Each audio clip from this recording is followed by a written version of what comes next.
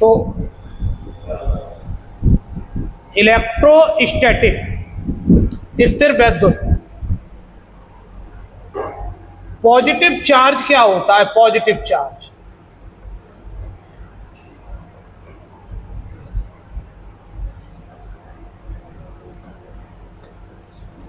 धनावेश। जब गिलास रॉड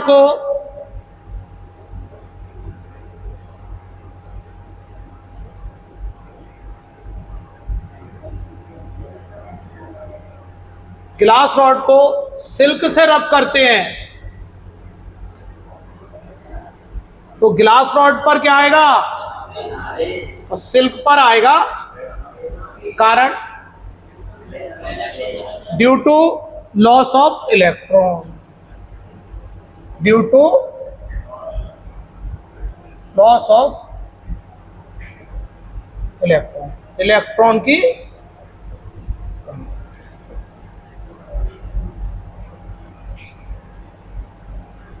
बात नेगेटिव चार्ज की करें तो जब गिलास रॉड को सिल्क से रब किया तो गिलास रॉड पर जो चार्ज आया वो पॉजिटिव, सिल्क पर चार्ज आया नेगेटिव।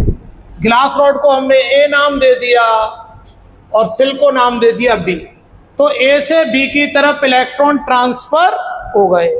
तो when glass rod is rubbed with silk, charge produced on glass rod is called positive charge. जब कांच की छड़ को सिल्क से रब किया जाता है तो कांच की छड़ पर जो आवेश आता है उसे धनावेश कहते हैं। नेगेटिव चार्ज क्या होता है?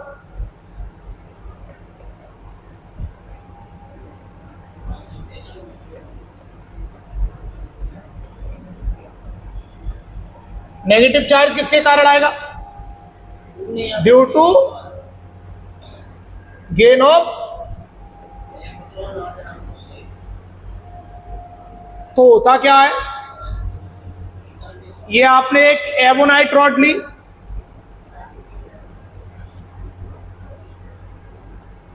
एबोनाइट रॉड या प्लास्टिक रॉड, और इसको कैट स्किन से, बिल्ली की खाल से रब किया। कैट स्किन और वूलन क्लॉथ से रब किया, ऊनी कपड़ा। कैटायन, कैटायन मतलब क्या होता है? Positive ion.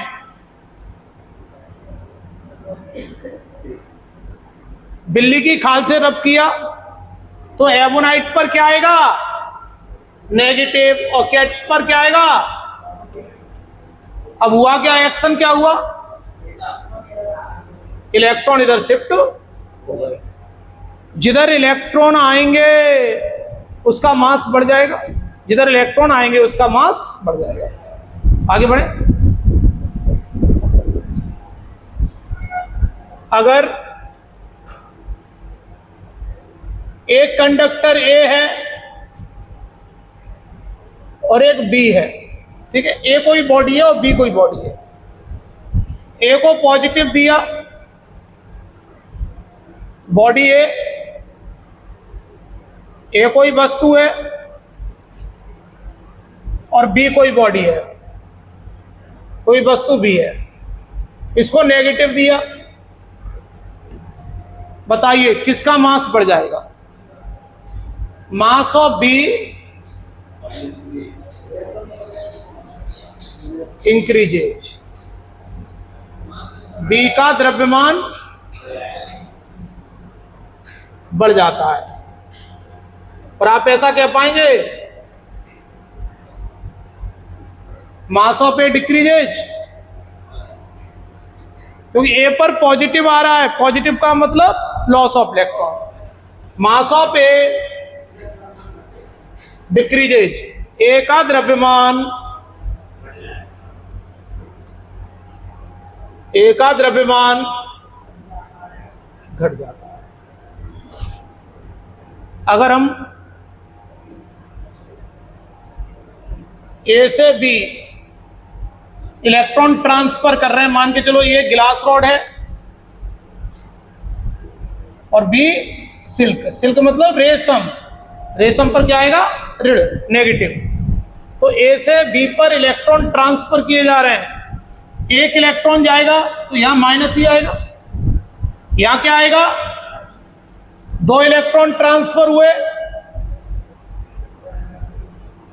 n electron transfer हुए, तो अपन क्या कहेंगे, किसी बॉडी पर चार्ज कितना होता है, charge on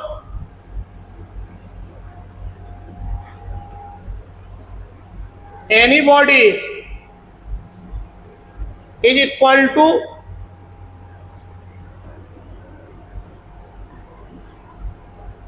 integral multiple of charge and electron.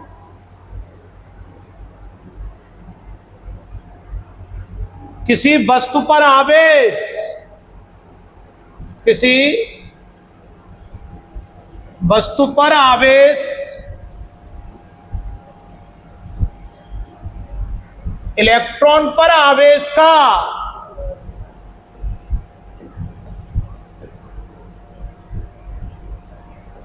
पूर्ण गुणज होता है। Q is equal two plus minus, इसको क्या बोलेंगे अपन, क्वांटाइजेशन ऑफ चार्ज। आवेश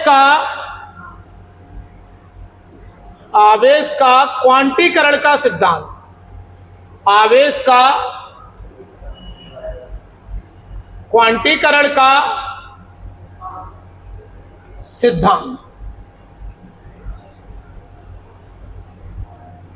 Q is equal two plus minus any, plus का मतलब लॉस ऑफ इलेक्ट्रॉन और माइनस गेन ऑफ इलेक्ट्रॉन, तो Q is equal two plus minus any. Minimum charge कितना होगा, माइनस ही, इसको क्या नाम देंगे, फंडामेंटल चार्ज, मूल आवेश। तो कम से कम चार्ज कितना होता है, 1 इलेक्ट्रॉन के बराबर, जिसका नाम क्या है, फंडामेंटल चार्ज। आगे बढ़ जाए, तो न्यूनतम आवेश किसके बराबर होगा, n बराबर क्या 1/2 हो सकता है, 3/2 हो सकता है, नहीं। इलेक्ट्रॉन कैसे होंगे, इंटीग्रल मल्टीपल में, 1 इलेक्ट्रॉन होगा, 2 इलेक्ट्रॉन होंगे, 3 इलेक्ट्रॉन होंगे। क्या आधा इलेक्ट्रॉन संभव है, नहीं। कम से कम कितना इलेक्ट्रॉन ट्रांसफर होगा, 1। कम से कम कितना इलेक्ट्रॉन ट्रांसफर होगा, 1 इलेक्ट्रॉन ट्रांसफर होगा। तो अगर हमने एक चार्ज Q1 लिया, एक चार्ज Q2 लिया, इनके बीच डिस्टेंस r लिया, तो कूलम्ब्स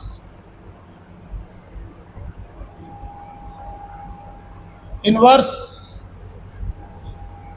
स्क्वायर लॉ, कूलम्ब का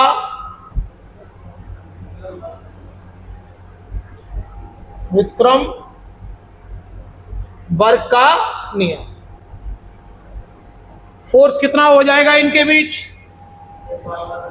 F प्रोपोर्शनल Q1 Q2 और inversely proportional square of distance between them. Proportional हटाएंगे, एक कांस्टेंट ले लिया K डैश, K डैश की वैल्यू रख लीजिए, तो K बनाया हमने वो क्या है, डाइलेक्ट्रिक कांस्टेंट। परावैद्युतांक रख दीजिए, K डैश की वैल्यू 1/4πε0 के Q1 Q2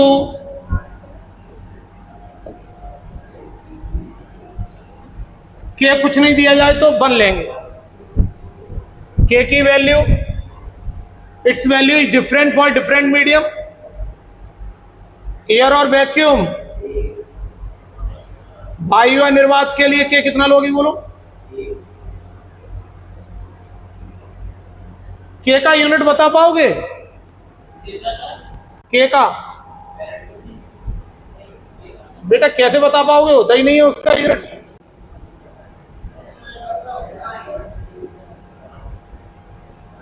मेटल या कंडक्टर चालक के लिए के कितना होगा बोलो? इनफाइनाइट। कुछ नहीं कहा जाए तो के कितना मानेंगे? 1।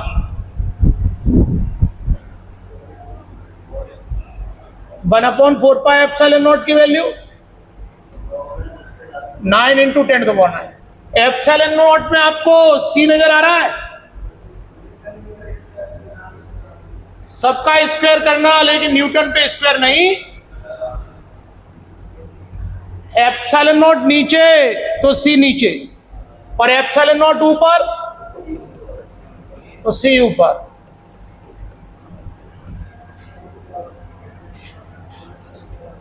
क्या न्यूटन पे स्क्वायर लगाओगे? नहीं। इसकी वैल्यू आप विद यूनिट ही याद करें।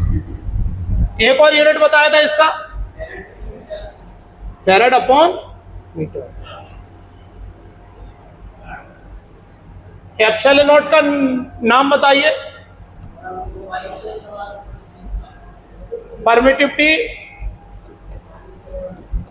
Permittivity of free space. Permittivity of free space वायु या निर्वात की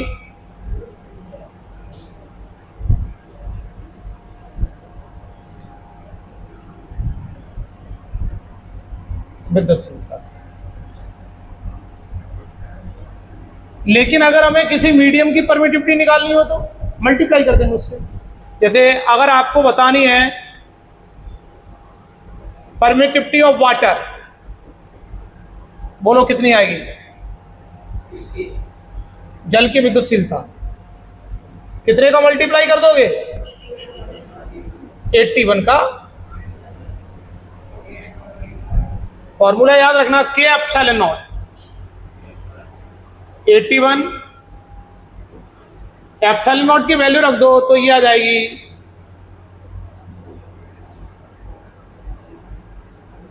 7.12 × 10⁻⁻7.12 कूलम स्क्वायर। न्यूटन पे स्क्वायर मत लगाना, नोट्स बना लें। कोई भी एक चार्ज जीरो होने पर कूलम फोर्स कितना होगा? कोई भी एक चार्ज जीरो होने पर कूलम फोर्स कितना हो जाएगा? कोई भी एक चार्ज जीरो होने पर कूलम फोर्स हो जाएगा 0। अगर हमने एक कूलम चार्ज ले लिए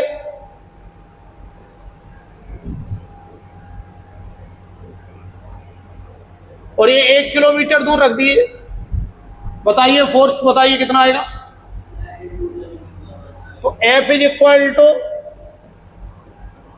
1/4 पाई एप्सिलॉन नॉट के Q1 Q2 के कुछ नहीं दिया जाए तो किलोमीटर को मीटर में बदलना जरूरी है। किलोमीटर को मीटर में बदलना जरूरी है।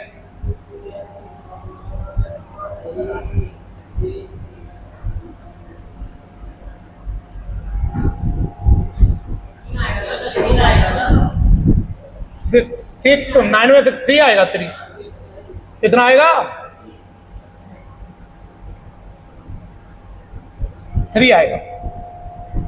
1 किलोमीटर = हमने क्या लिखा? 1000 मीटर। अगर ऐसा हो डिस्टेंस डबल कर दें,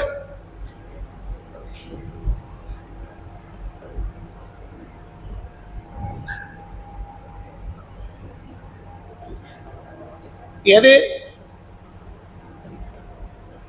दूरी दुगनी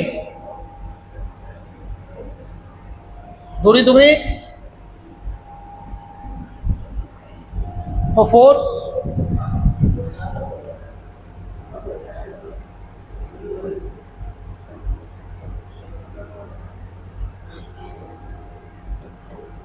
और कुछ नहीं बदल रहे, कितना होगा?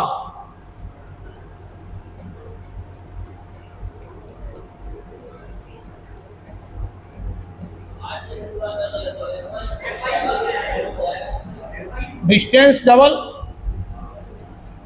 प्रोपोर्शनल क्रॉस में बदल दिया करें एफ बाई को। अगर आपसे कहा जाए डिस्टेंस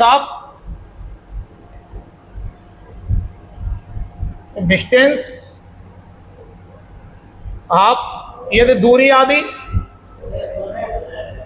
यदि दूरी आदि, तो आप क्या कहेंगे? प्रोपोर्शनल को क्रॉस बदल दीजिए।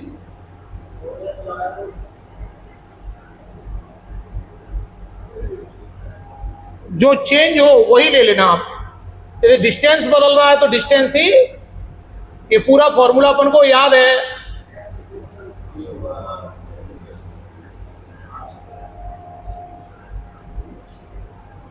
बढ़ जाए आगे।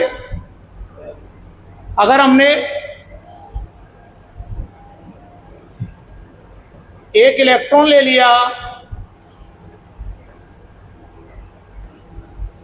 और एक प्रोटॉन ले लिया,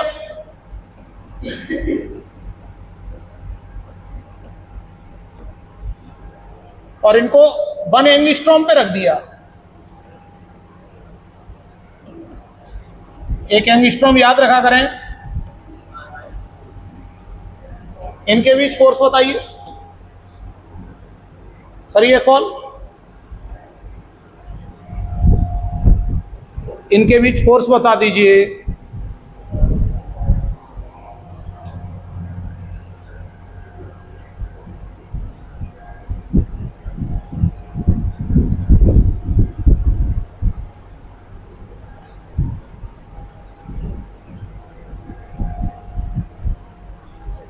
फॉर्मूला लगा दीजिए।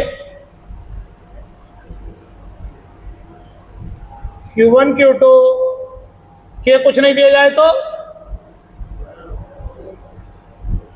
Q1 Q2 माइनस प्लस क्या बता रहे हैं? केवल एट्रैक्शन। माइनस प्लस क्या बता रहे हैं? ये फोर्स कैसा है?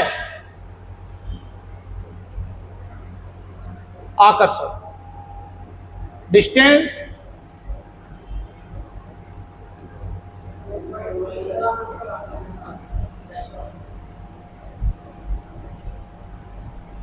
कितना हो जाएगा?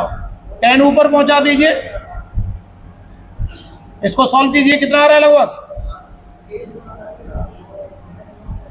या आप ऐसा भी लिख सकते हैं। ठीक, आगे बढ़ जाए।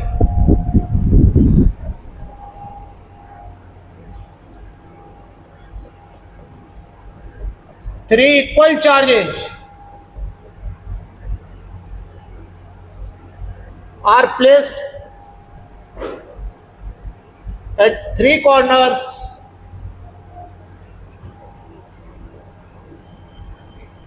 of square.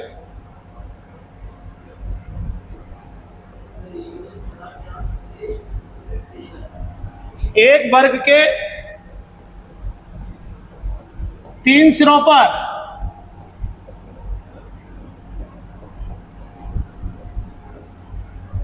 तीन समान आवेश रखे हैं। F12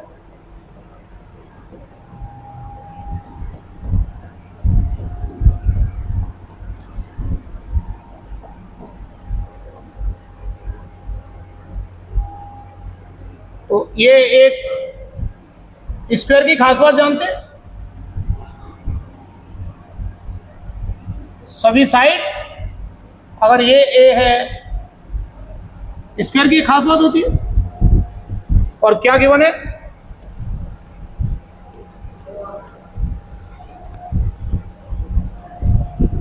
तीनों इक्वल है। बताइए, सॉल्व करके बताइए कितना आंसर आ रहा है। करो, सॉल्व करो। F12 जब निकालेंगे, F12 F12 देखना,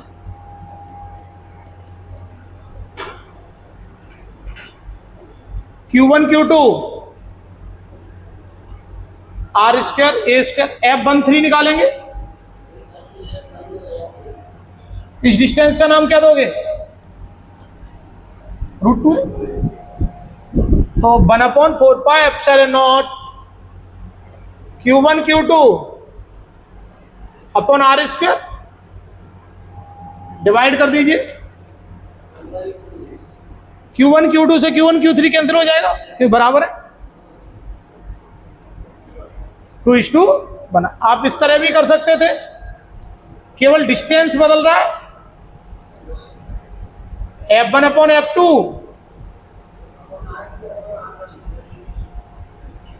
पहले डिस्टेंस कितनी है R या A और √2, देखिए बात, R √2 या तो कितना आ जाएगा, सॉल्यूशन नोट कर ले।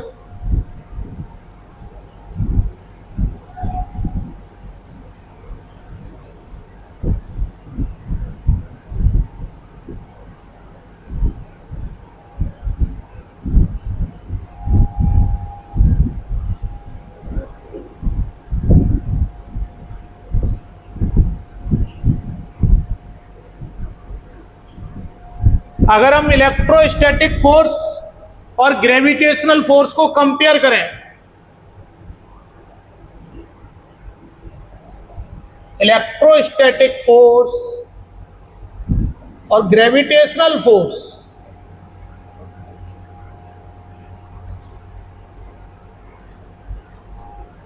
स्थिर वैद्युत बल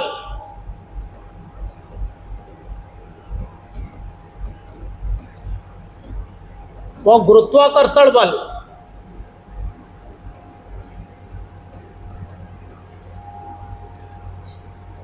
तो आप क्या कहेंगे? इलेक्ट्रोस्टैटिक फोर्स कैसा होता है? ए अट्रैक्टिव और repulsive, depending on the nature of charge.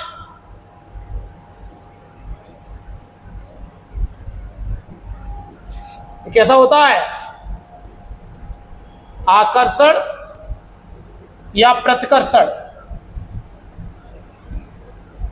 इसकी प्रकृति पर निर्भर है, आवेशों की प्रकृति पर निर्भर। यदि प्लस प्लस है तो क्या करेंगे? रिपेल, प्रतिकर्षित, और प्लस माइनस है तो आकर्षित करेंगे, अट्रैक्टिव। और ग्रेविटेशनल फोर्स कैसा होता है? ऑलवेज अट्रैक्टिव, सदैव आकर्षण, ये होता है gravitational force.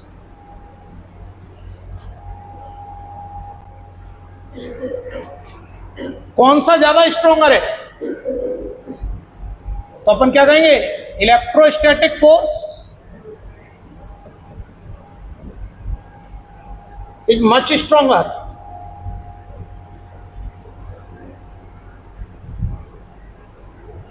is much stronger to gravitational force.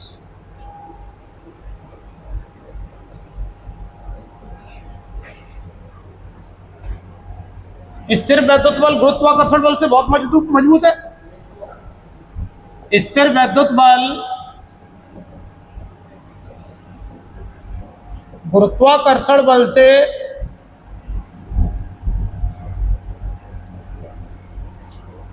बहुत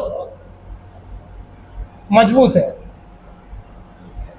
अगर हमने दो इलेक्ट्रॉन लिए, जैसे फॉर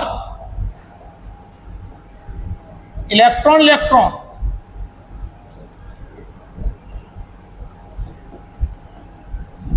इलेक्ट्रॉन इलेक्ट्रॉन के लिए बता पाओगे कितना स्ट्रॉन्गर है? इलेक्ट्रॉन प्रोटॉन के लिए और Pp प्रोटॉन।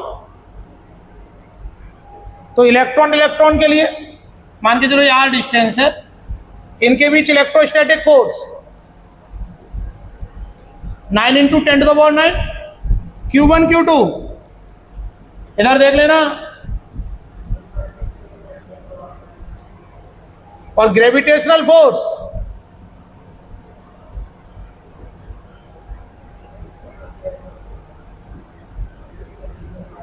यहां मास आते हैं, या क्या आएंगे, डिवाइड करो तो ये आएगा लगभग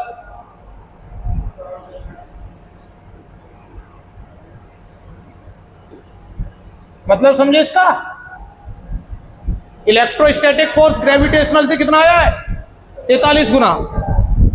और इलेक्ट्रॉन प्रोटॉन के लिए अपन कैलकुलेट करते हैं तो 10 की घात कैसे भी पूछ सकते हैं।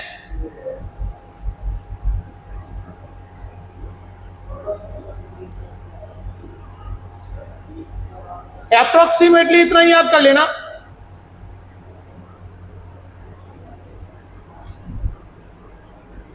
लगभग Pp प्रोटॉन प्रोटॉन में 36 का आंकड़ा याद रखना।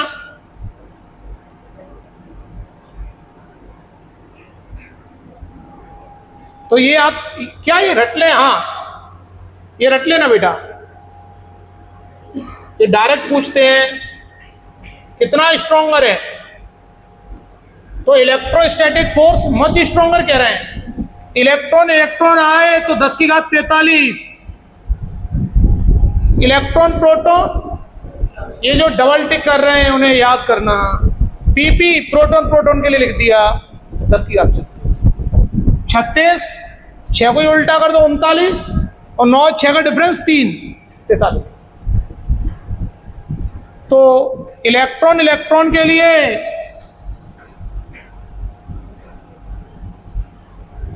दस की घात 43 गुना, -43 नहीं आ सकता, आ जाएगा अगर हम Fg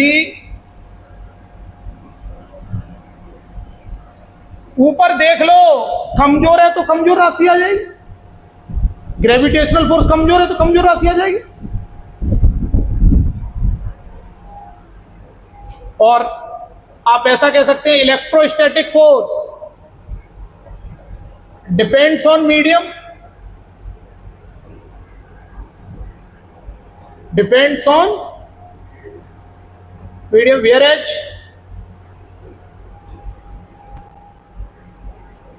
gravitational force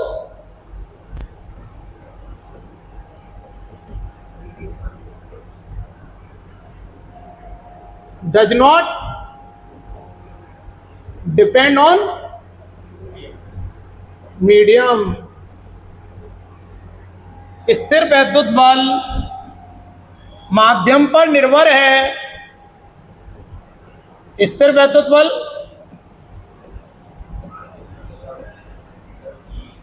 माध्यम पर निर्भर है, जबकि गुरुत्वाकर्षण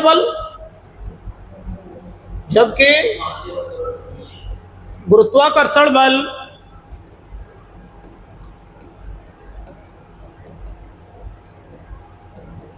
माध्यम पर निर्भर नहीं है। ये तो डिफरेंस हो गए दोनों में। क्या दोनों में सिमिलरिटीज भी है? सिमिलरिटीज है क्या दोनों में? हाँ, बोथ आर सेंट्रल फोर्सेज,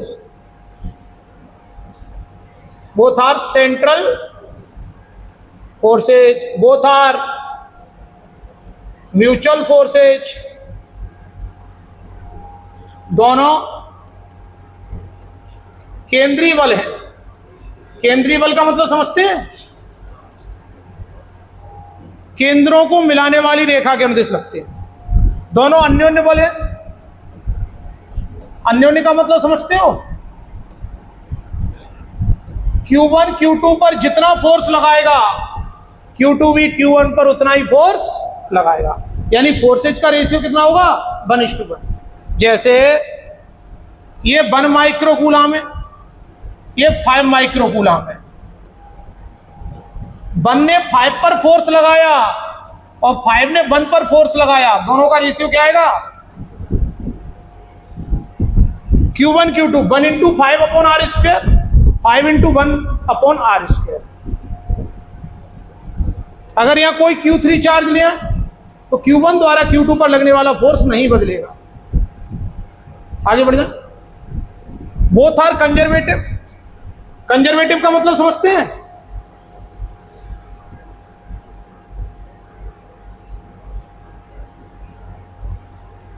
दोनों संरक्षिबल। कंजर्वेटिव फोर्स वे फोर्स होते हैं जिनके द्वारा किया गया कार्य डिस्प्लेसमेंट पर डिपेंड है, फोर्स इनटू डिस्प्लेसमेंट। तो सारे फोर्स कंजर्वेटिव ही पढ़ते हैं, ग्रेविटेशनल फोर्स, इलेक्ट्रोस्टैटिक फोर्स, ये कहते होते हैं संरक्षिबल। और असंरक्षिबल में किसको याद रखोगे? घर्षण बल, फ्रिक्शनल फोर्स। और लिक्विड में फ्रिक्शन को क्या कहते हैं? Viscosity, viscous force. तो आपको असंरक्षिबल में 2 याद रखने हैं। कौन कौन से? घर्षण बल और श्यान बल। ग्रेविटेशनल फोर्स कैसा है? कंजर्वेटिव। इलेक्ट्रोस्टैटिक फोर्स कैसा है? कंजर्वेटिव।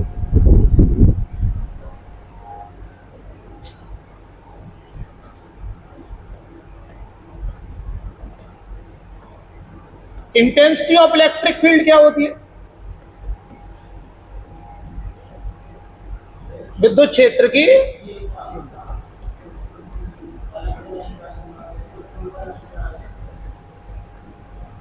तो हमने एक सोर्स लिया, ये Q1 हमने सोर्स लिया।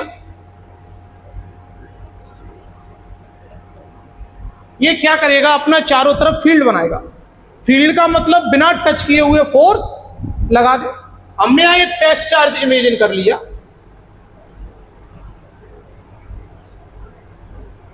ये परीक्षित आवेश ले लिया। इसने इसको क्या कर दिया? पुश कर दिया, धक्का मार दिया, रिपेल, प्रतिकर्षित कर दिया। क्या ये इसको अट्रैक्ट भी कर सकता था? अगर ये माइनस होता तो इसको अट्रैक्ट कर लेता। तो इसने इसको रिपेल किया। जितने फोर्स से रिपेल किया वही तो स्ट्रेंथ है इसकी। टेस्ट चार्ज जो फोर्स एक्सपीरियंस करेगा उसको क्या कहते हैं? इंटेंसिटी ऑफ इलेक्ट्रिक फील्ड, विद्युत क्षेत्र की। और अगर टेस्ट चार्ज ने कोई फोर्स एक्सपीरियंस नहीं किया तो आप क्या कहेंगे? वहां फील्ड नहीं है, फील्ड नहीं है। इंटेंसिटी कैसी क्वांटिटी है? Vector quantity. इसकी डायरेक्शन क्या होगी? अवे फ्रॉम पॉजिटिव, प्लस से दूर, और towards negative. Electric field due to point charge, electric field due to point charge, बिंदु आवेश के कारण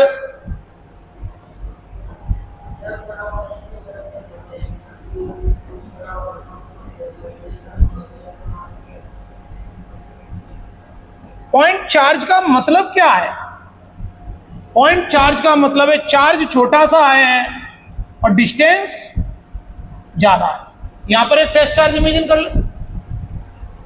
एक टेस्ट चार्ज मान लीजिए, हमने यहां एक टेस्ट चार्ज इमेजिन कर लिया।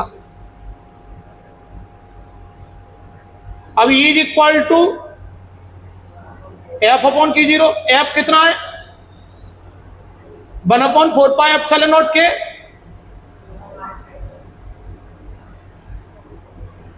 ये कैंसिल कर दीजिए तो कितना आ गया? E is equal to Q/r²।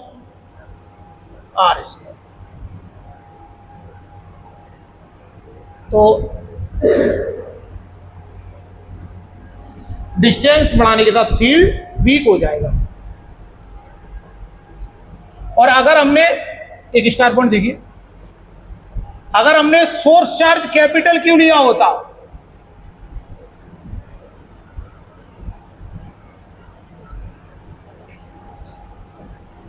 इस पॉइंट को अच्छे से समझना, आजकल पूछा जा रहा है। और टेस्ट चार्ज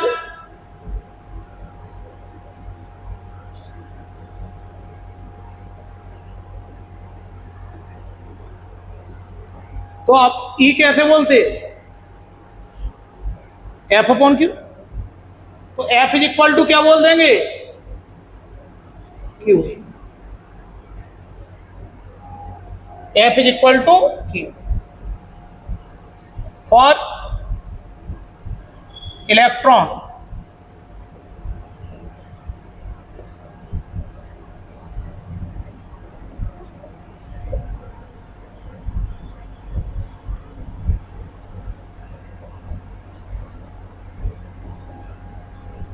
बताइए किस पर फोर्स ज्यादा आएगा, इलेक्ट्रॉन पर कि प्रोटॉन पर? इलेक्ट्रॉन पर कितना आएगा, ई। प्रोटॉन पर भी चार्ज बराबर होता है, तो आप ऐसा बोल पाएंगे जितना फोर्स इलेक्ट्रॉन पर है उतना ही फोर्स बराबर है। अंतर किसका आएगा, डायरेक्शन। वैसे मैग्नीट्यूड में फोर्स बराबर है, डायरेक्शन अपोजिट होंगी। लेकिन अगर हम ऐसा बोले,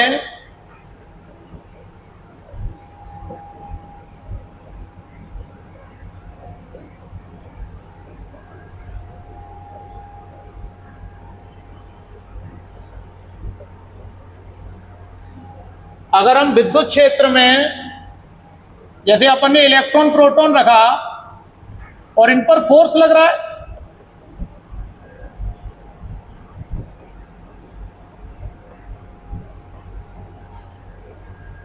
इलेक्ट्रिक फील्ड में फोर्स लग रहा है इलेक्ट्रॉन पर प्रोटॉन पर, तो अगर हम एक्सेलरेशन की बात करें,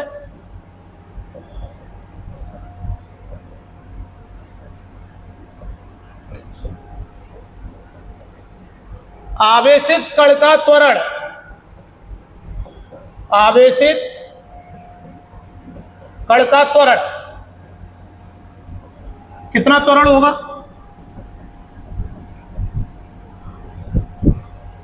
F बराबर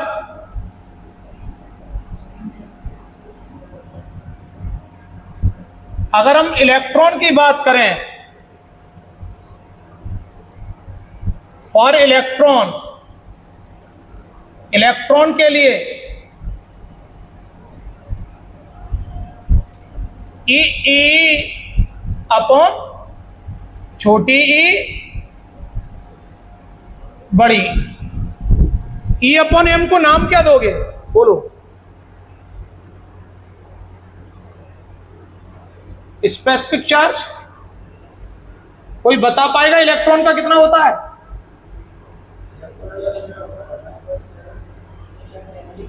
ये याद रखना, अलग से पूछा जाता है।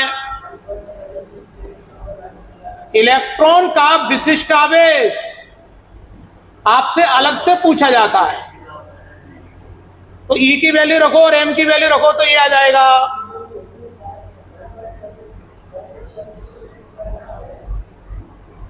Coulomb upon kilogram. अरे ई की वैल्यू रख दो और एम की वैल्यू रख दो, इतना आएगा।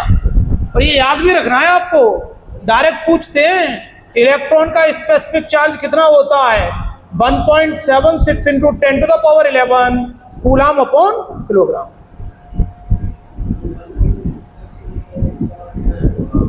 अगर हम टी टाइम के बाद वेलोसिटी निकालना चाहें तो भाई पहले तो रेस्ट में था चार्ज, टी टाइम के बाद तो वेलोसिटी आ गई, वो एक्सीलरेट हो गया, फोर्स लग गया उस पर।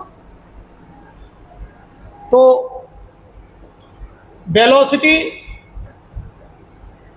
ऑफ चार्ज पार्टिकल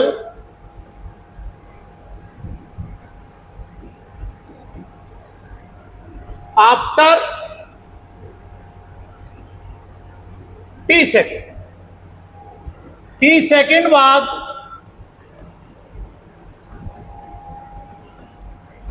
आवेशित कण का वेग,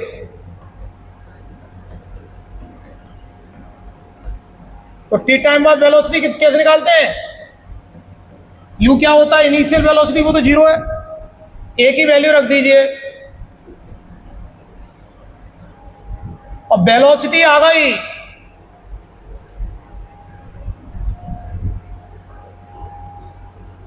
हालांकि एग्जाम में आपसे एक्सेलरेशन पूछा जाता है, तो मोमेंटम बता पाओगे?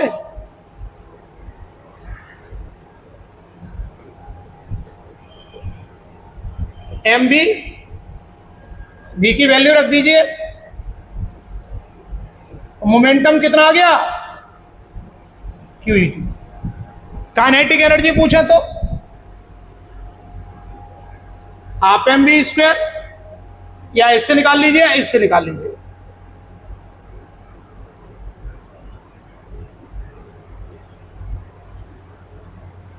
इस पे डबल टिक कर दिया है, मतलब आप इसको याद रखना। काइनेटिक एनर्जी का ये वाला फॉर्मूला तो आपको याद है ही, मोमेंटम का ये वाला फॉर्मूला भी आपको याद है, तो ये भी पूछ सकते हैं। कुछ नहीं कर पाओ तो इसको, एक्सेलरेशन को तो याद कर ही लेना। काइनेटिक एनर्जी का ये formula Q square E square T square upon 2 है। आगे बढ़ जाए। इलेक्ट्रिक पोटेंशियल क्या होता है? इलेक्ट्रिक पोटेंशियल विद्युत को, यूनिट पॉजिटिव चार्ज को कहां से लाओगे फील्ड में? इनफाइनाइट से। क्या होता है, ये चार्ज था, अब इसके फील्ड में किसी को लाओगे तो ये रिपेल करेगा। आप कहीं से भी एक टेस्ट चार्ज को लाए और यहां रख दिया, ये क्या करेगा, उसको धक्का मारेगा। तो आपको लाने में क्या करना पड़ेगा, वर्क करना पड़ेगा। उस वर्क का नाम क्या देंगे? Work done in bringing unit positive charge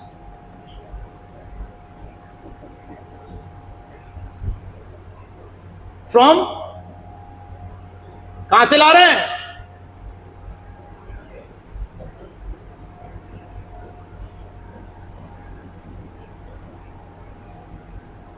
तो एकांक परीक्षित आवेश को, एकांक परीक्षित आवेश को अनंत से विद्युत क्षेत्र के किसी बिंदु तक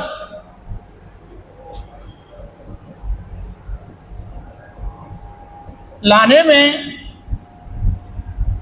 किया गया V इज इक्वल टू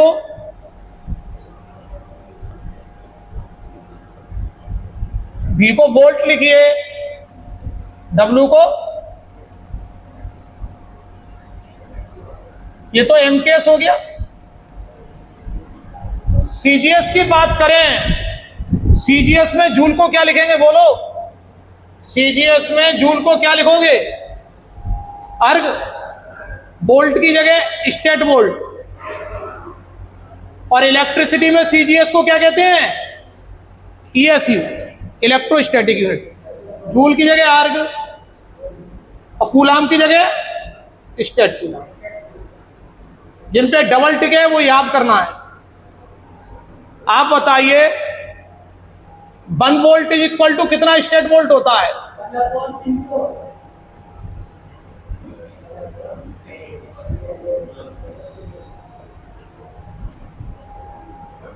कोई बता पाएगा? 1 कूलाम इज इक्वल टू कितने स्टेट कूलाम होता है? 3 × 10⁹ स्टेट कूलाम।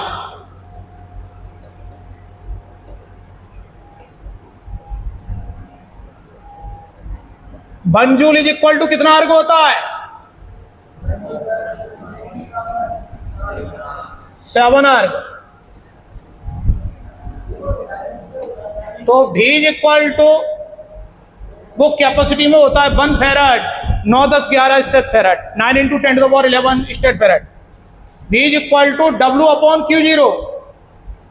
तो यहां से अगर हम 1 वोल्ट निकालें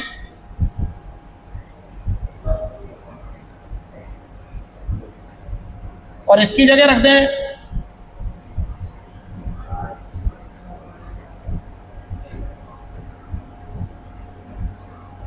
तो क्या आएगा 1/300 स्टेट वोल्ट। अगर हम potential due to point charge कहें तो इसका डेरिवेशन तो नहीं करा रहे, डायरेक्ट लिखाएंगे पोटेंशियल ड्यू टू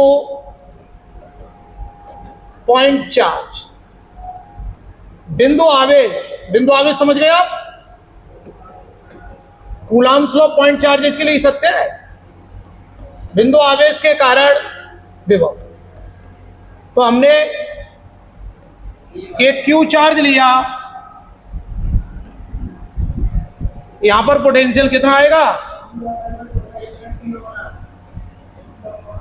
के कुछ नहीं दिया जाए तो आप क्या कहेंगे? 1। क्या भी अभी आपने देखा था E इनवर्सली प्रोपोर्शनल क्या आ रहा था? R square. E inversely proportional क्या आ रहा था? R square. Due to point charge, बिंदु आवेश के कारण, ये पूछा जाता है। क्या क्या पाओगे?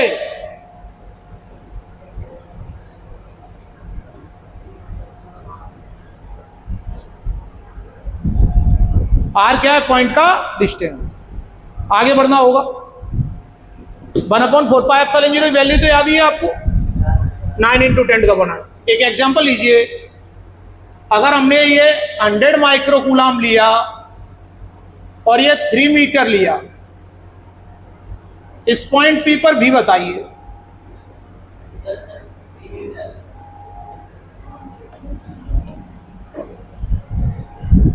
तो B इक्वल टू क्या कहेंगे? 9 × 10⁻⁹। माइक्रो कितना होता है? 10⁻⁻⁻⁶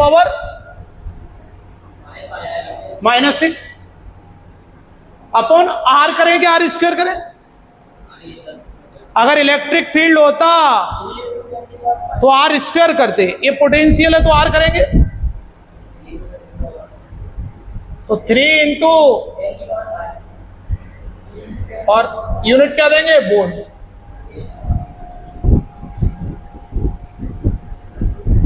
समझ में आ गया? अगर हम रिलेशन बताएं E और V के बीच,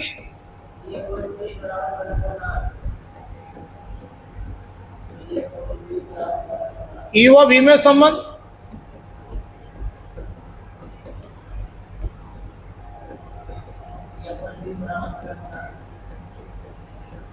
कितना आएगा? 1/।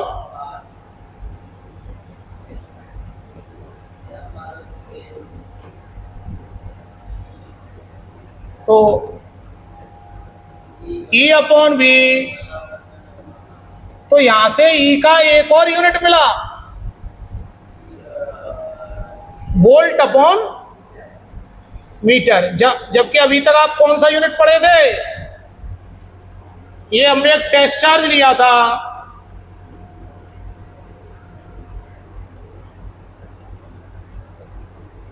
तो अभी तक आप क्या बोलते थे? न्यूटन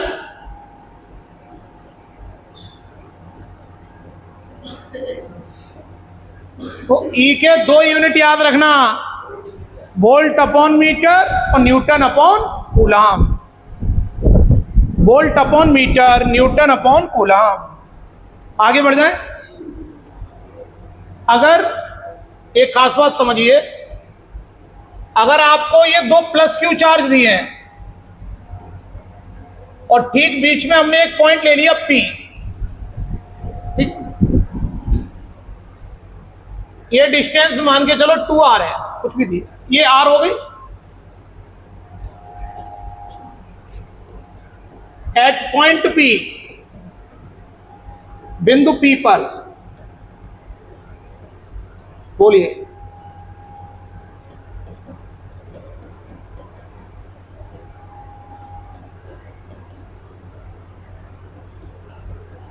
ऐसे ही ऑप्शन है।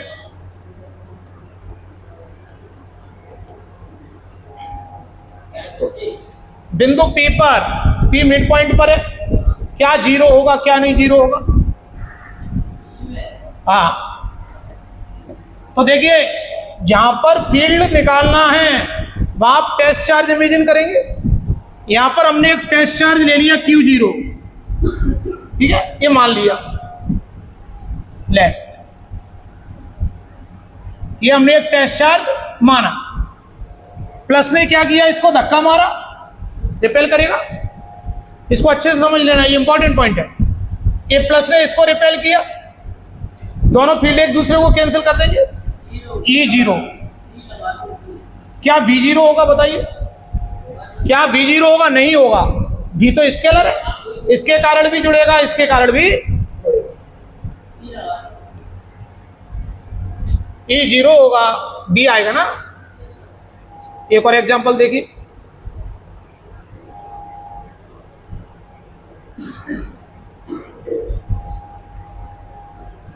अब बोलिए,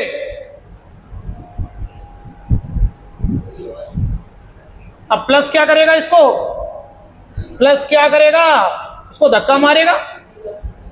प्लस क्या करेगा, इसको धक्का मारेगा, और ये माइनस क्यू क्या करेगा, अपनी ओर खींचेगा। ये टेस्ट चार्ज हमने लेट मान लिया, इसने इसको धक्का मारा टेस्ट चार्ज को, और माइनस क्या करेगा, इसको अपनी ओर खींचेगा। माइनस क्या करेगा, इसको अपनी ओर खींचेगा। तो आप क्या कहेंगे यहां पर, क्या E0 हो पाएगा? नहीं। क्या B0 होगा? B0। इसके कारण प्लस आएगा, इसके कारण माइनस। आपने इक्वेटोरियल पोजीशन पढ़ा है, निरक्षीय स्थिति, इस टेस्ट चार्ज को यहां रख दें, इस पूरी लाइन पर B0 हो जाएगा। देखिए जैसे ये प्लस क्यू है,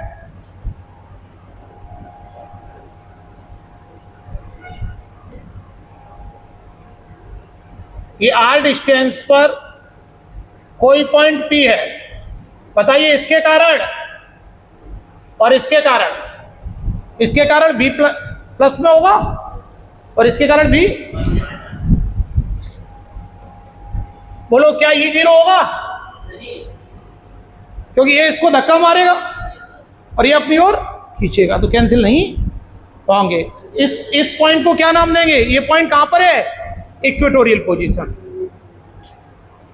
एट, ये याद भी रखेंगे। और प्लस और माइनस से मिलकर क्या बनता है? डायपोल।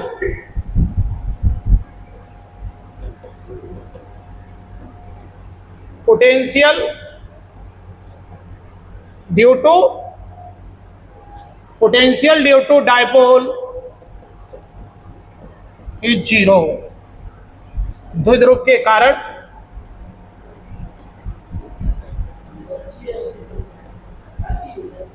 निरक्षीय स्थिति में क्यों 0? ये बात समझ में आई आपको?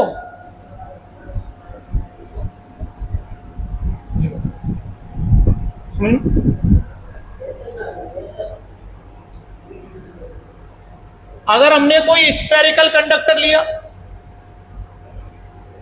स्फेरिकल कंडक्टर, स्फेरिकल सेल,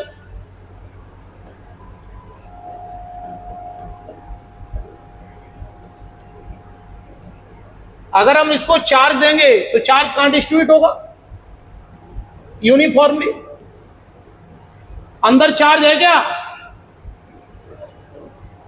नहीं, E0।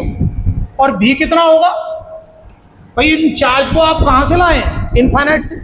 इनफाइनाइट से लाने में कार्य किया, तो भी कितना होगा? जितना सरफेस पर, जितना सरफेस पर। सरफेस पर कितना है? सरफेस पर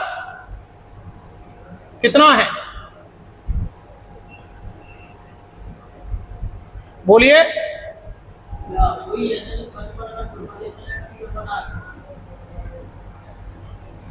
आगे आप Q अपॉन C भी पढ़ेंगे। C is equal to 4 pi epsilon nought R। बताइए भी किस पर ज्यादा होगा, छोटे गोले पर कि बड़े गोले पर? जैसे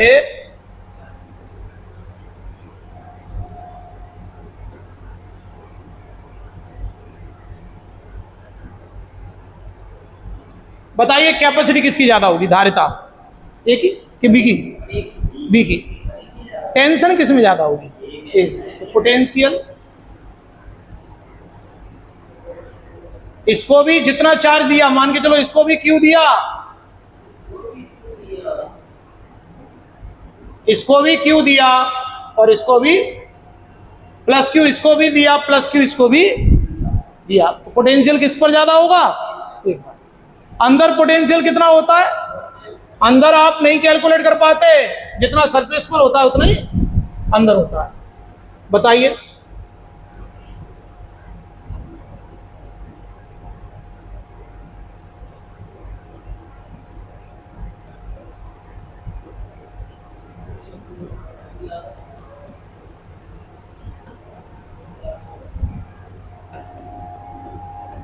एट पॉइंट पी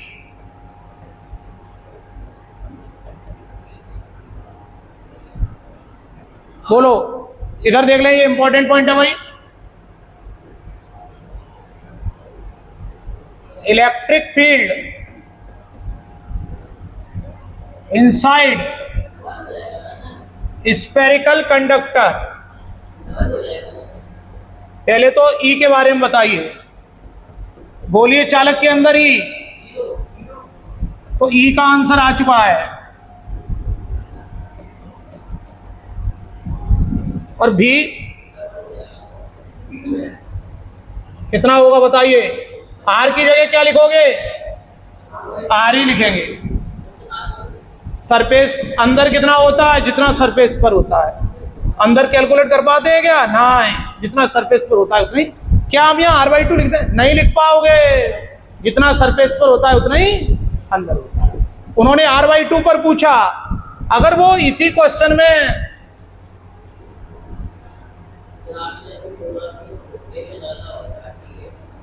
r/3 पर पूछते तो भी यही आंसर, तो भी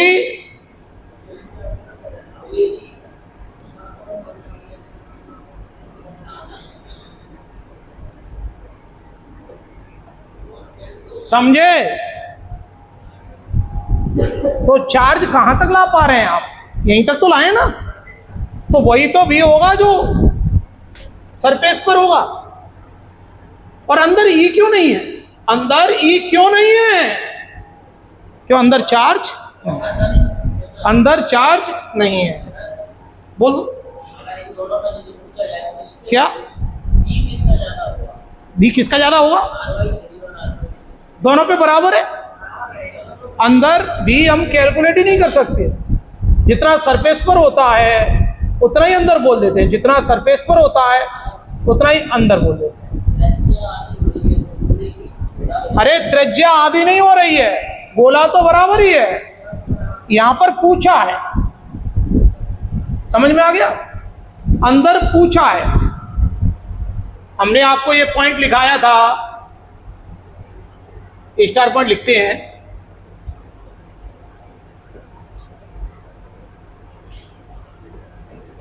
इलेक्ट्रिक फील्ड इनसाइड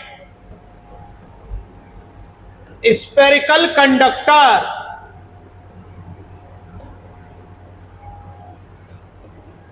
बोलिए चालक के अंदर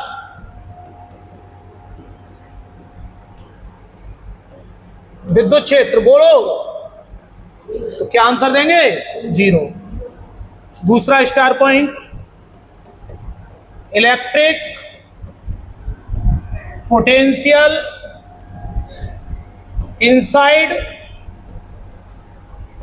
स्फेरिकल कंडक्टर।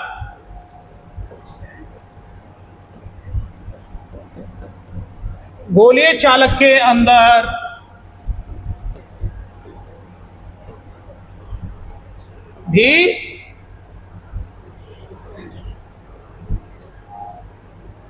भी नियत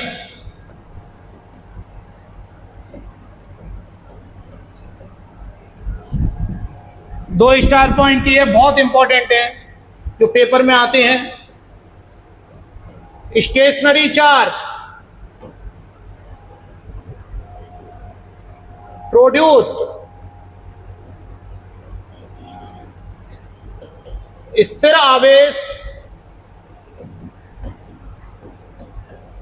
उत्पन्न करता है, क्या कहेंगे? ओनली इलेक्ट्रिक फील्ड, केवल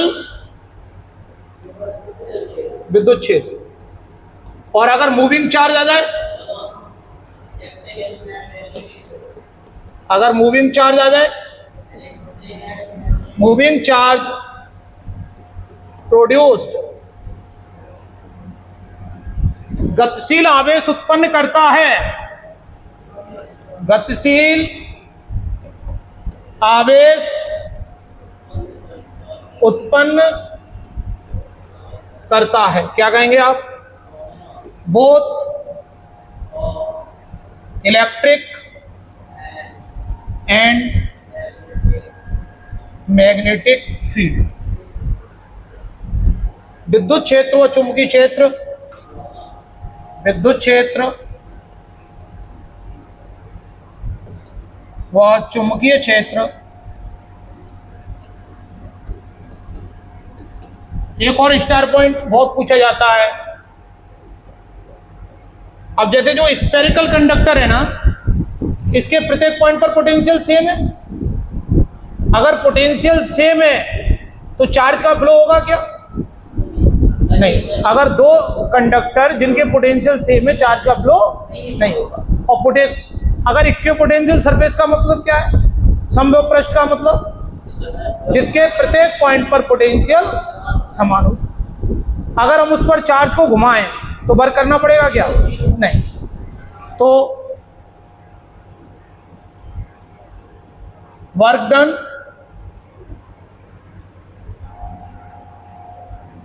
on moving charge on equipotential surface,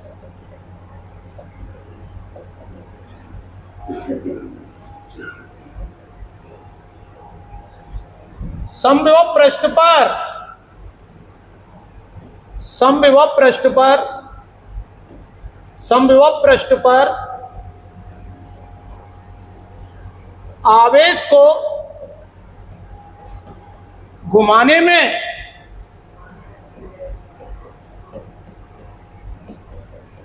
किया गया कार्य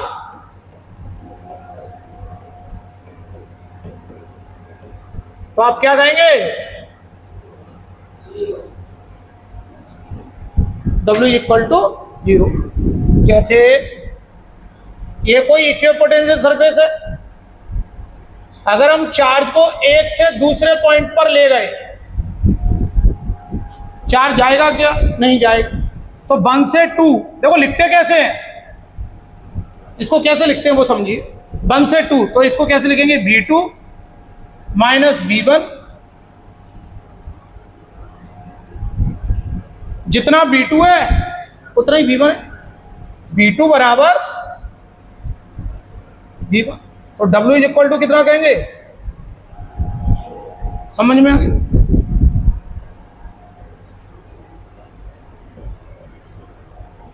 सेम एट सेम पोटेंशियल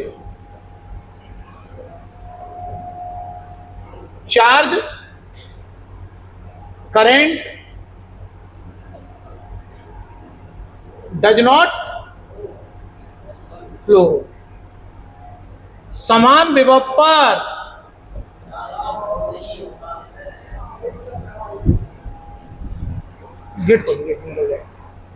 समान विभव पर, समान विभव पर धारा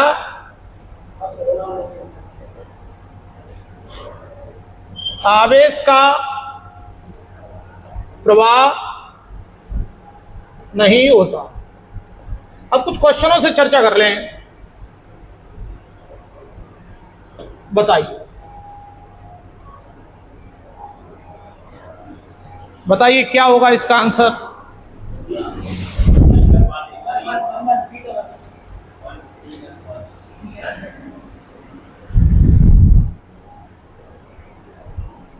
बताइए। तो +1 5 पर जितना फोर्स लगाएगा, 1 5 पर जितना फोर्स लगाएगा, 1 इंटू 5 कीजिए या 5 इंटू, क्या कहलाते हैं ऐसे फोर्स? बोलिए। म्यूचुअल फोर्सेज, अन्योन्य। प्रत्येक आवेश दूसरे आवेश पर बराबर बल लगाता है, अर्थात बलों का अनुपात 1:1 होता है। बोलिए।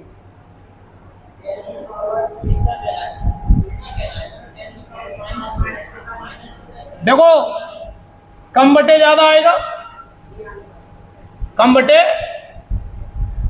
ज्यादा।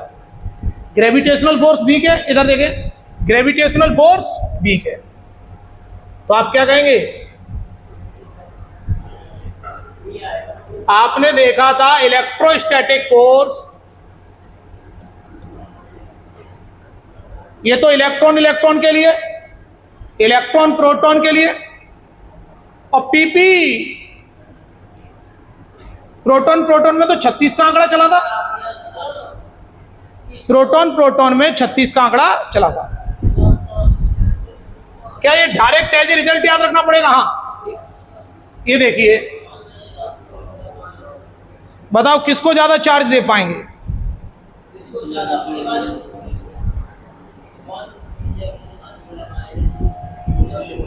नहीं, दोनों बराबर है, दोनों का साइज बराबर है, दोनों का ही साइज बराबर, बस एक सॉलिड है।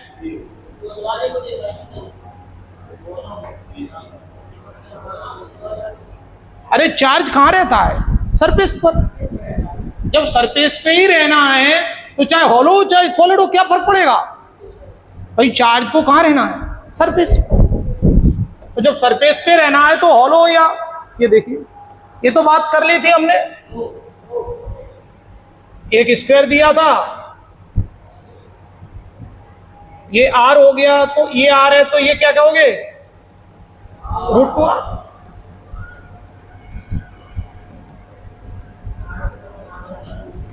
पहले डिस्टेंस r ले लो, टू बी आंसर हो जाएगा।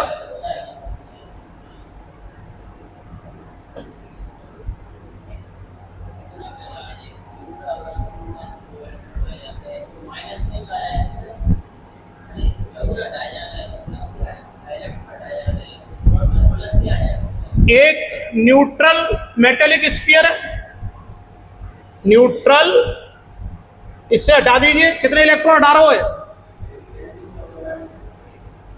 बताओ, इलेक्ट्रॉन हटाओगे तो इस पर क्या आएगा? इलेक्ट्रॉन हटाओगे तो प्लस आएगा, तो ये माइनस वाले ये हो नहीं सकता, ये होने नहीं देंगे। समझ में आ रहा है? इलेक्ट्रॉन रिमूव हो रहे हैं तो प्लस आएगा। Q is equal to any, कितने इलेक्ट्रॉन? E की वैल्यू आप याद रखना,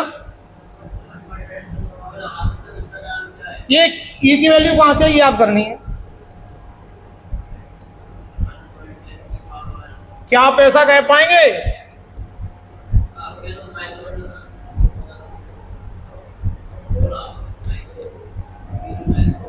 प्लस, तो आंसर कौन सा हो जाएगा? ए हो जाएगा।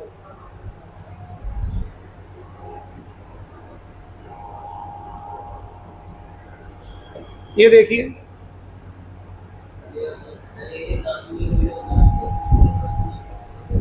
बताइए, जिसको नेगेटिव देंगे, जिसको नेगेटिव देंगे उसका मास बढ़ जाएगा, उसका मास बढ़ जाएगा। तो ए को पॉजिटिव दे रहे हैं, पॉजिटिव का मतलब इससे इलेक्ट्रॉन लिया, नेगेटिव का मतलब इसको इलेक्ट्रॉन दिया, तो आप क्या कहेंगे? मास ऑफ बी बढ़ जाएगा। Mass of B increases. समझ में आ गया? माइनस का मतलब उस पर इलेक्ट्रॉन आए। चलता कौन है? इलेक्ट्रॉन। क्या पॉजिटिव चलता है? नहीं। चलता कौन है? तो आप कहेंगे इलेक्ट्रॉन ही चलता है। ये देखिए,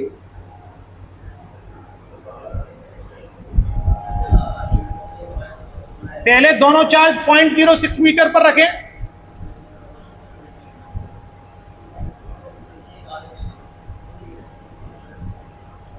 अब ये भी इधर चला, ये भी इधर चला। अब इनके बीच का डिस्टेंस कितना आ गया?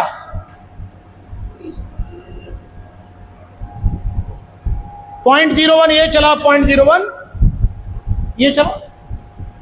अगर हम डिस्टेंस को देखें कितने गुना हो रहा है, पहले फोर्स कितना है? 5। प्रोपोर्शनल क्रॉस गुना कैसे निकालते हैं?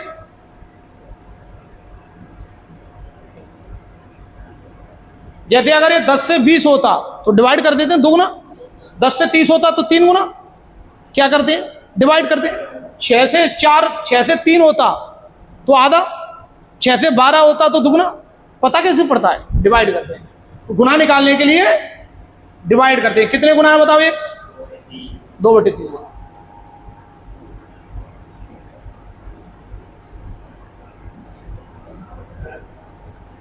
अगर आपको ऐसे दिक्कत आती है तो आप क्या करेंगे?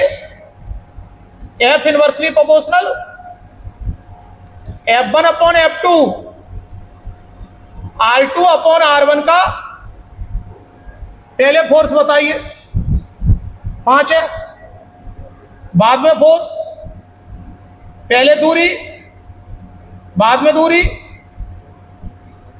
सॉल्व कीजिए। 2 से 2 बार, 3 बार, 45/11.25 मीटर। समझ में आया बेटा? प्रिंस तो हमारे इधर देखें।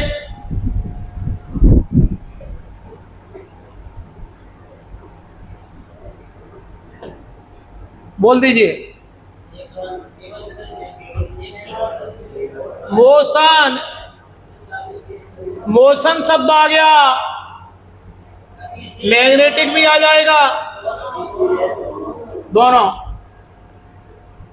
और स्टेशनरी होता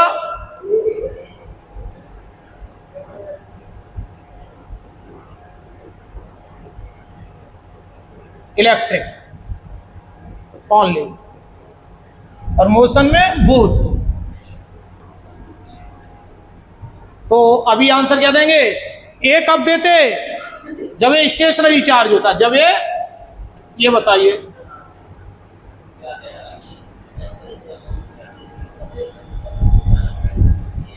कब करंट का फ्लो नहीं होगा? दोनों का विभव समान। Be the same potential. क्या कहोगे? Same potential, same potential. ये देखिए, गोलीय कोश है, एक खोखला गोला। क्या अंदर इलेक्ट्रिक फील्ड होगा? और भी पूछते तो कांस्टेंट का मतलब जितना E0 भी कांस्टेंट। E0 चला दीजिए चार्ज को। पढ़िए क्वेश्चन को। If a unit positive charge is taken from one point to another over an equipotential surface, तो कितना वर्क करना पड़ा? कोई वर्क नहीं करना पड़ा। इसको देखिए, इलेक्ट्रॉन और प्रोटॉन है।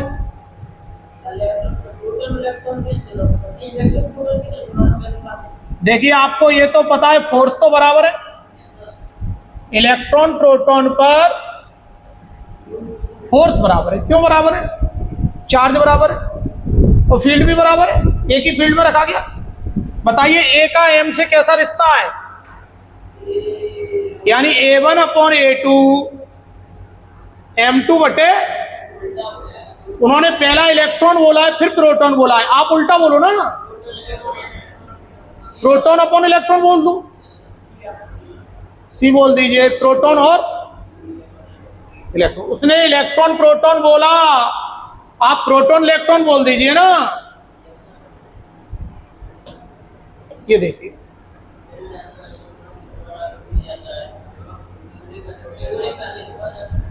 विभव किस पर ज्यादा होगा? अरे टेंशन तो छोटे पे ही ज्यादा आएगी, कैपेसिटी बड़े गोले की ज्यादा होती है और विभव, ये क्या पढ़ा था आपने?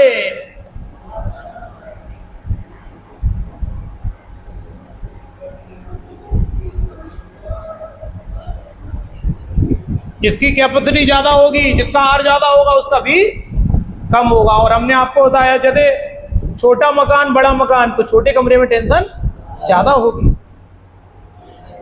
वो हाई टेंशन वायर का मतलब समझ गए? इसको देख लीजिए,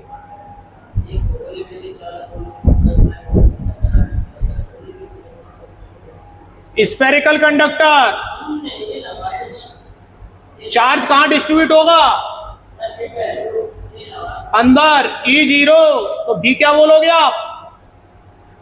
B पूछा तो E0, B कांस्टेंट। E क्या बोलोगे? 0, B कांस्टेंट। बोलिए।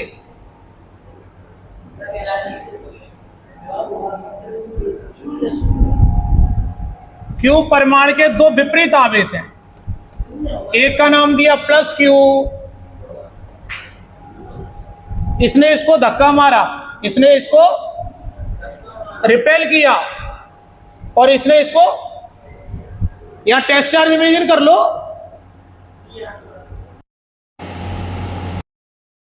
बताइए E0 हो सकता है क्या? क्या B0 होगा? होगा। इसके कारण प्लस, इसके कारण माइनस। कंसेप्ट समझ में आ गया आपको?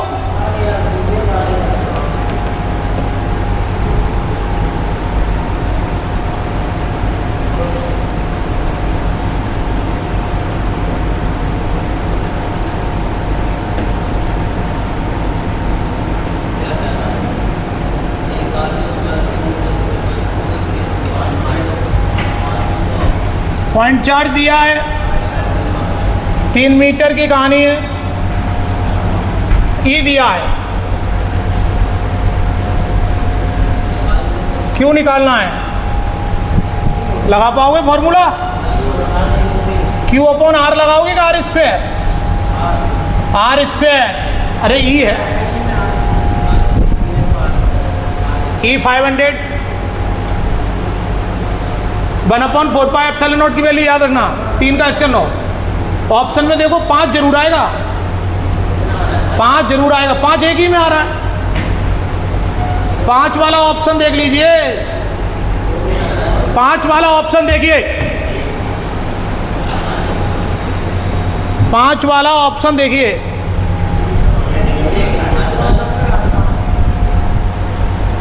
.5 इंटू 10⁻⁻6 माइक्रो कहते हैं, 0.5 micro coulomb.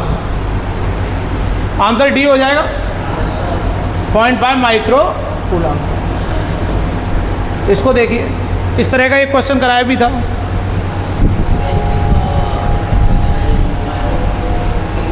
Hundred micro coulomb 9 metre पर कह रहे हैं।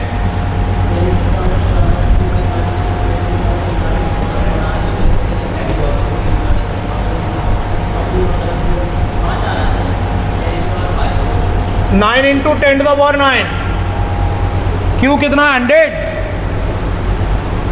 माइक्रो 10⁻⁻6 कितना आ गया? 10⁵ वोल्ट।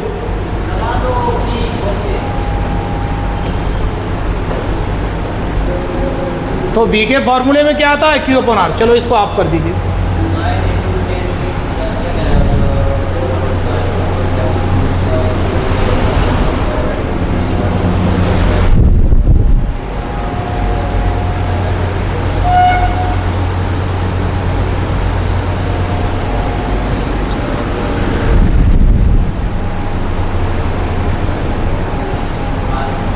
बताइए।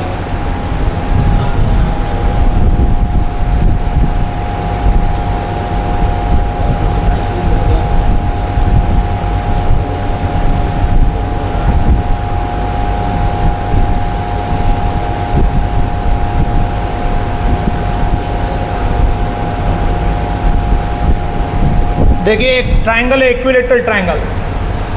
इक्विलेटरल ट्राइंगल की खास बात, भुजाएं एक जैसी होंगी। कहना क्या चाह रहा है वो, ये देखो आपको, ए बी सी, कहाँ पर पोटेंशियल चाहिए भाई, और यहाँ पर 4 माइक्रो, ए पर भी 4 है और इस पे भी 4 है। बोलो 4 और 4 8 कर दें, इसके कारण प्लस इसके कारण 1/4 पाई एप्सिलॉन नॉट, ऐसा बोल दें सिग्मा क्यू अपॉन आर। अरे Q upon R plus Q upon are,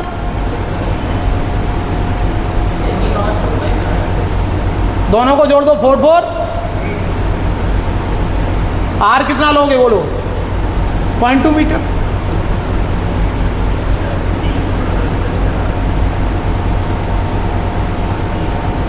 दस 6 4,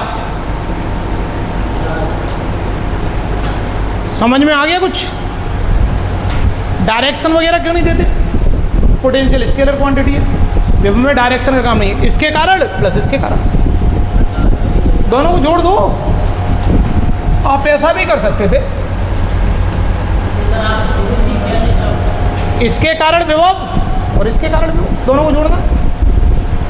समझ में आ गया क्या? अरे 4 और 4 कितना होता है? हाँ, अलग से लिख लिख के जोड़ दो, एक ही बात है, अलग से लिख लिख के जोड़ दो या एक साथ जोड़ दो। इसको देखिए कितना कितना एंगल बनता है, 90 डिग्री।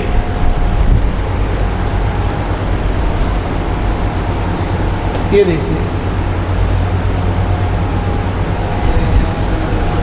ड्यूट्रॉन और अल्फा कण, ड्यूट्रॉन समझते हैं,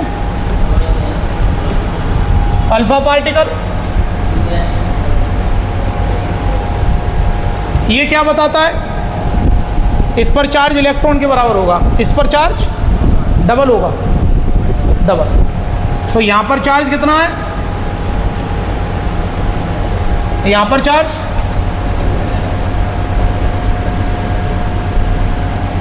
इस पर फील्ड निकालना है। बताइए फॉर्मूले में कौन सा चार्ज रखेंगे?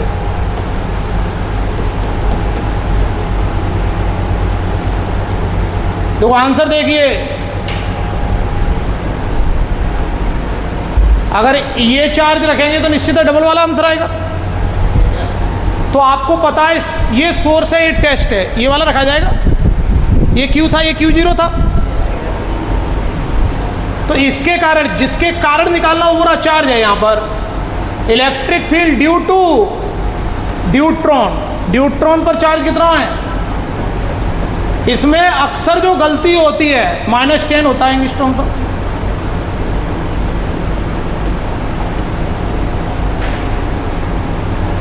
तो कितना हो जाएगा?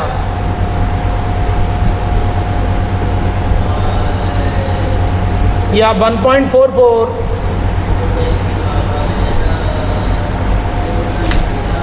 इसमें गलती क्या होती है वो आपको समझ में आया? बच्चे ये वाला चार्ज रख देते हैं, जबकि एक टेस्ट है, जिसके कारण फील्ड निकाला जाता है वो वाला चार्ज लेना है। जिसके कारण फील्ड निकाला जाएगा, जिसके कारण फील्ड निकाला जाएगा वो वाला चार्ज लेंगे। ये देखिए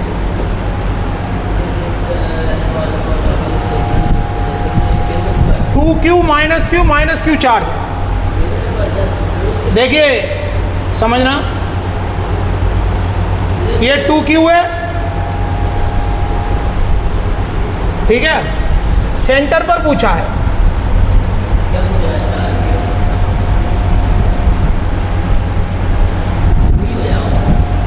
अब देखना थोड़ा समझना।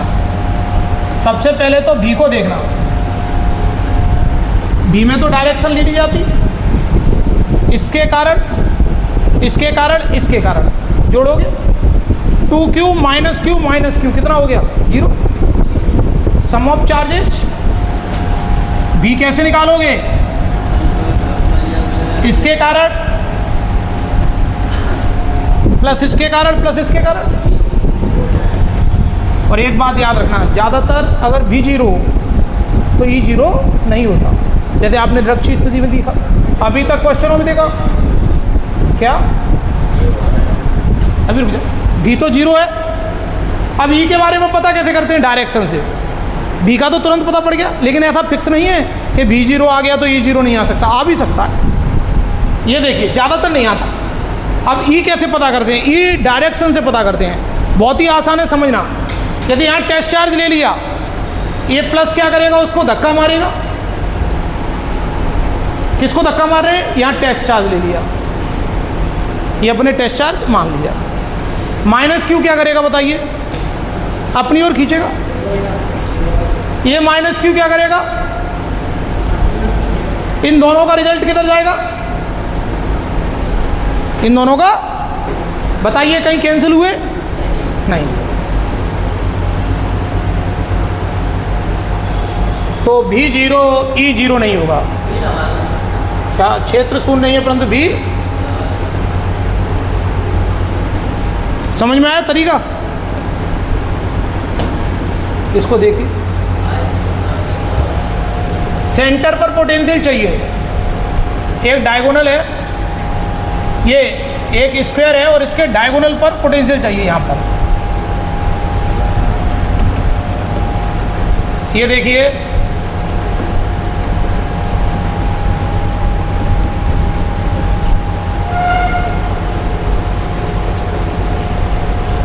टेन बाई थ्री,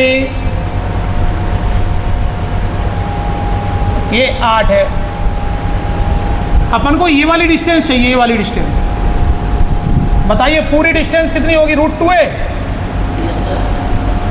अपन को इतनी डिस्टेंस चाहिए, सेंटर पर निकालना है, पूरा √2 है, लेकिन r कितना होगा, अगर पूरा √2 है लेकिन ये उसका आधा है, पूरा डिस्टेंस √2 होगा, ये कितना है, आधा, तो a/√,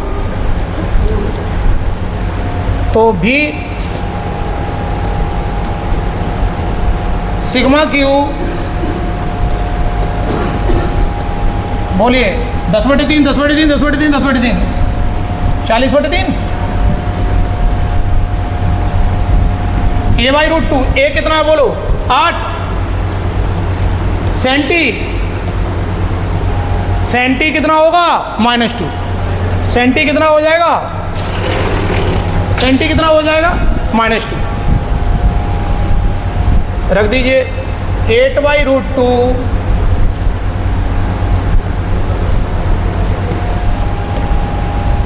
5 बार काट दें, 3 से 3 बार काट दें, इसको ऊपर पहुंचा दो, 1500 हो गया, √2 ऊपर पहुंचेगा,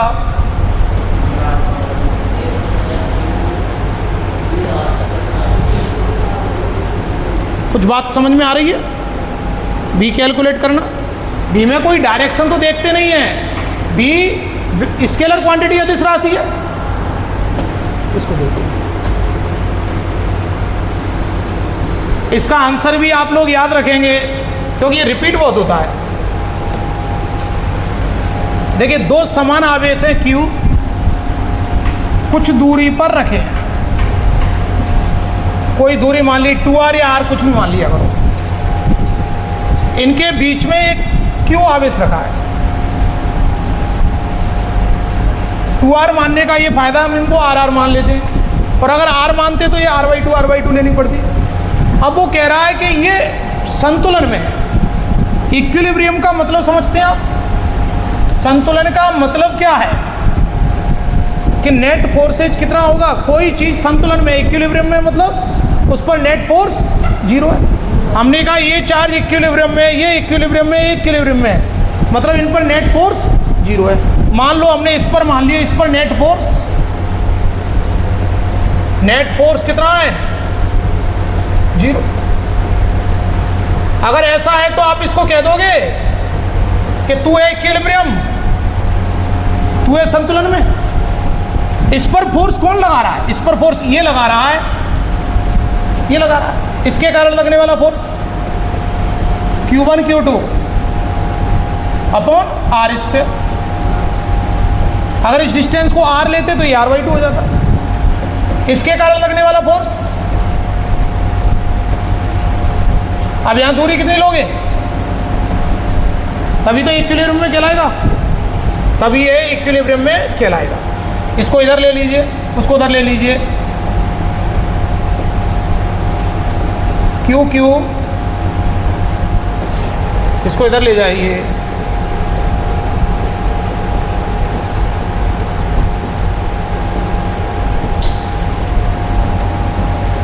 ठीक है। तो Q इज इक्वल टू कितना आ गया, ये रिपीट बहुत होता है तो बच्चे इसको याद भी रखते हैं। मेमोरी टिप्स रिजल्ट बनाइए, इसको याद रखते। समझ में आ गया इक्विलिब्रियम का मतलब? इक्विलिब्रियम का मतलब होता है नेट फोर्स उस पर 0। नेट फोर्स, कुल बल कितना होगा उस पर 0। ये देखिए, एक चार्ज Q है, उसको दो पार्ट में डिवाइड कर रहे हैं। कौन कौन से दो पार्ट में? स्मॉल q, और वो पूछ रहा है कूलाम फोर्स अधिकतम है तो कैपिटल Q बटे स्मॉल q। आपको पता है दो नंबर का प्रोडक्ट कब मैक्सिमम होता है? जब वो नंबर बराबर हो। दो नंबर का प्रोडक्ट कब मैक्सिमम होता है? जब वो बराबर हो। जैसे आपने 20 लिया, इसके पार्ट किए 10 10,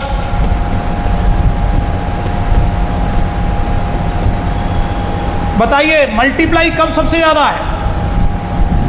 जबकि वो, तो याद रखा करें दो नंबर का मल्टीप्लाई तभी ज़्यादा होता है जबकि वो नंबर बराबर हो। तो इन दोनों का मल्टीप्लाई कब मैक्सिमम है? दोनों बराबर हैं। तो इसको भी Q/2 होना चाहिए और इसको भी, ये भी पूछा जाता है कितना होना चाहिए Q/2। अब यहाँ से सॉल्व कर लीजिए, कैपिटल Q बटे स्मॉल q कितना आएगा? ये इंपॉर्टेंट क्वेश्चन है क्योंकि इनका डबल रोल है। न्यूटन्स लॉ में भी ये पूछे जाते हैं। वहां पर कैपिटल M स्मॉल m में तोड़ देते थे।